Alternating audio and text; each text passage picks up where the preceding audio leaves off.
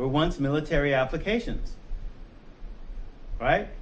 A lot of people think that just because it's on the internet, it's going to be true.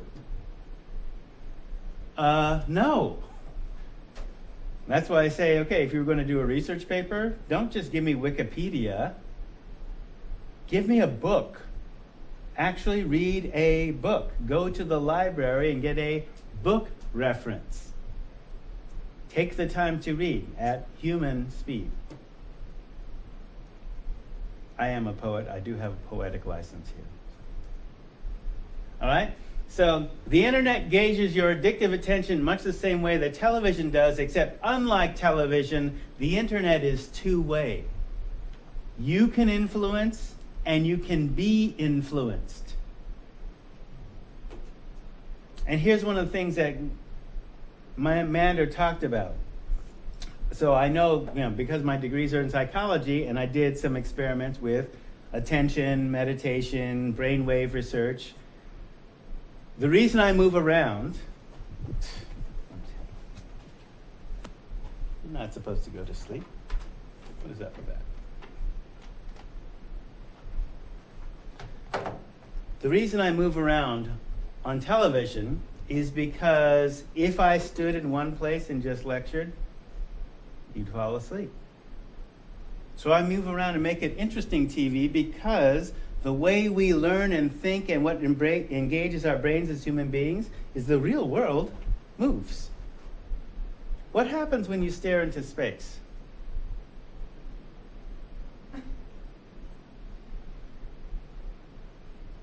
Oh, right. You're hypnotized, right? And you can induce that state by drinking to that stage or smoking weed or whatever, right? So what television does, and the reason it can program you, is that if you are looking at it, if you're staring at it, that's putting your brain in an alpha state, which means that you're not thinking and you're just receiving the images faster than you can necessarily process, and because you're staring at them,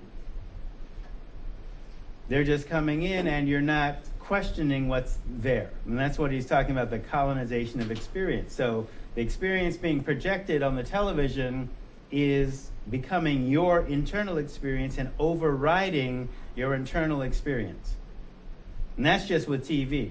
So even if it's educational TV, oh wow, let me think about that. Maybe you're doing it, maybe not. Because of how television works, so notice this with a commercial, notice this with a, even a documentary, and you can actually notice it with the broadcast because we're doing TV and we're doing good TV. Every 5 seconds or so, we change the camera angle to keep your attention. Okay? And that's going on regular television too. That's why a love scene, okay? Remember I was talking about that the other day. That's why a love scene on television is 3 minutes. You're doing 5-second cuts.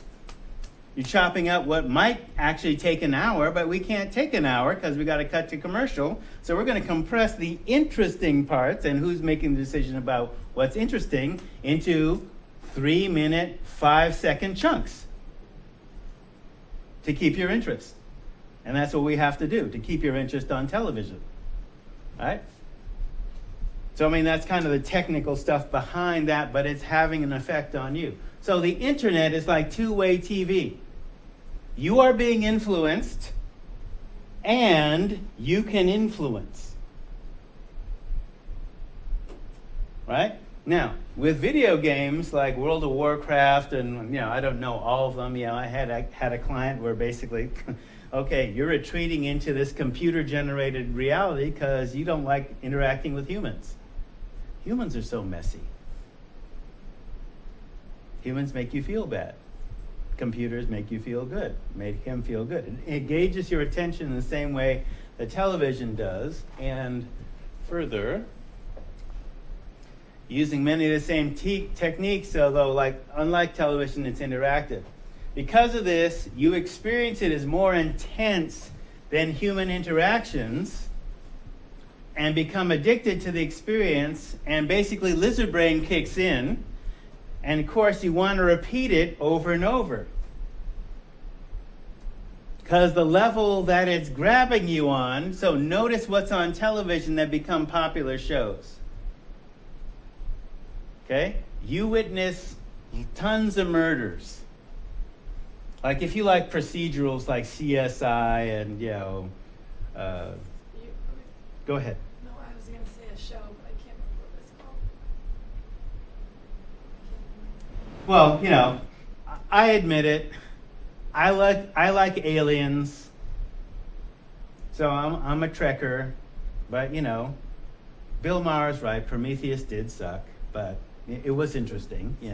All the alien movies, all the Star Trek movies, all the, why are zombies so popular? Why are vampires so popular? This whole flirtation with death and. All right, so procedurals where murders happen and, they're solving the crime using all these fancy science toys and all that kind of stuff. The average kid, that's what we're focusing on, was witnessing like 10,000 murders a year. And that's in, prime time. What kind of effect would that have on you? Right? So suppose your thing is like porn or gambling.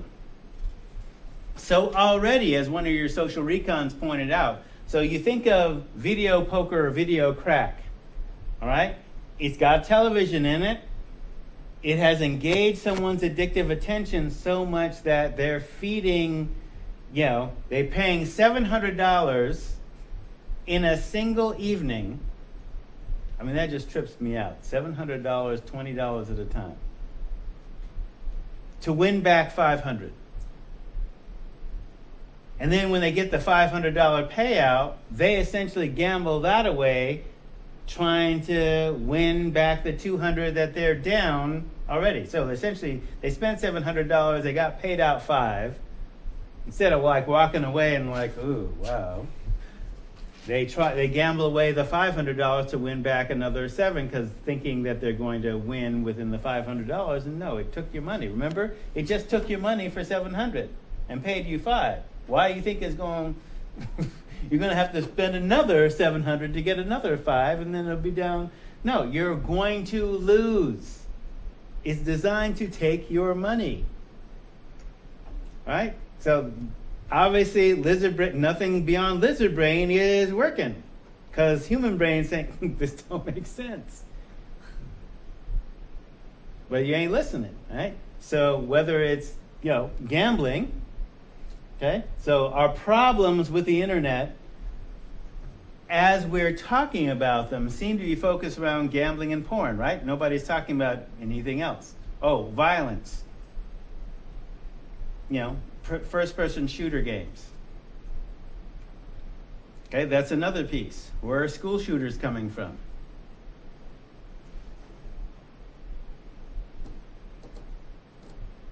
I was going to say something. I'm wondering, should I?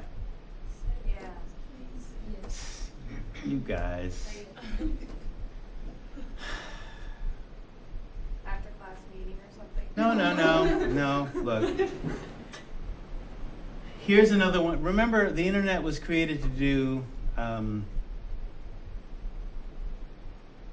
weapons sharing, and it's essentially a weapon. A wonderful tool, but it's essentially a weapon. So what happens when you put a weapon in the hands of civilians that are not trained?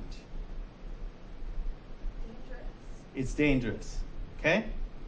So the reason I was going to hesitate, and I shouldn't hesitate because we need to talk about this, not now, but I'm going to put this out because I have the analysis and it was brought to me.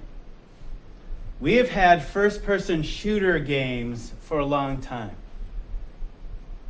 Games like Doom, okay, where you're the point of view. This is technical television.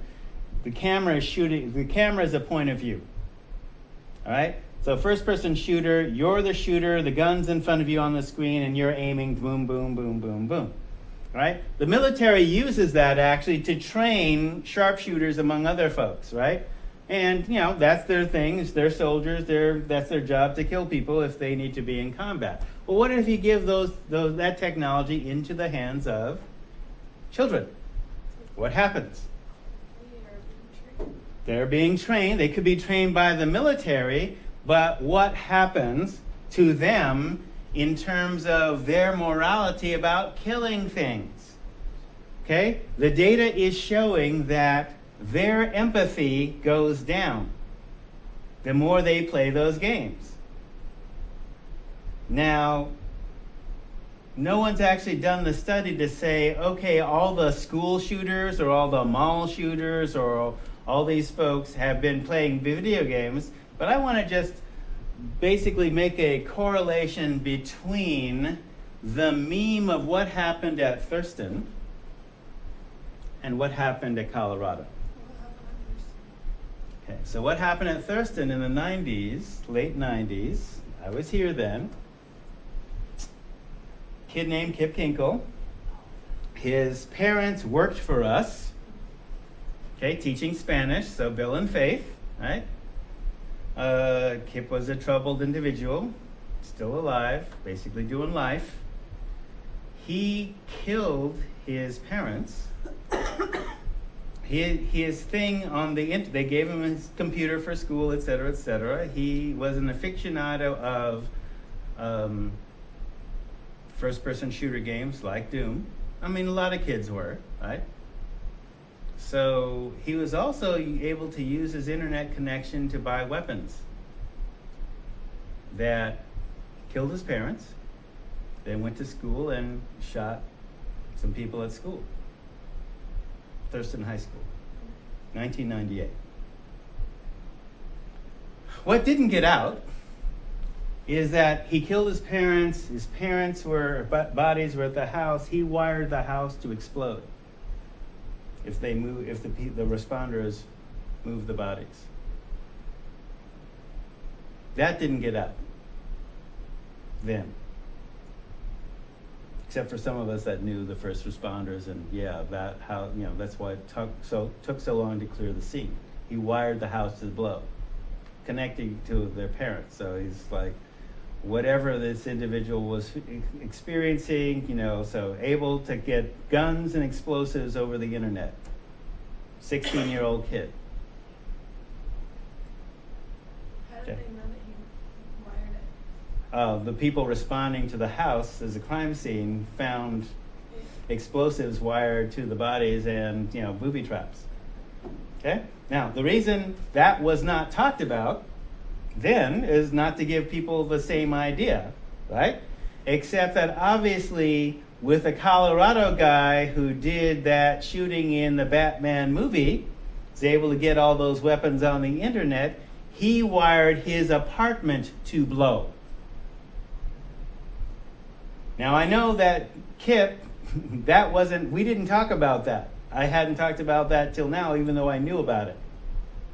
Because I know some of the first responders. So, I did social responsibility, and then let's not get that idea into people's heads. But clearly, that idea came from somewhere, because that dude in Colorado wired his house to blow, too. And he's able to get guns on the internet, and, whatever.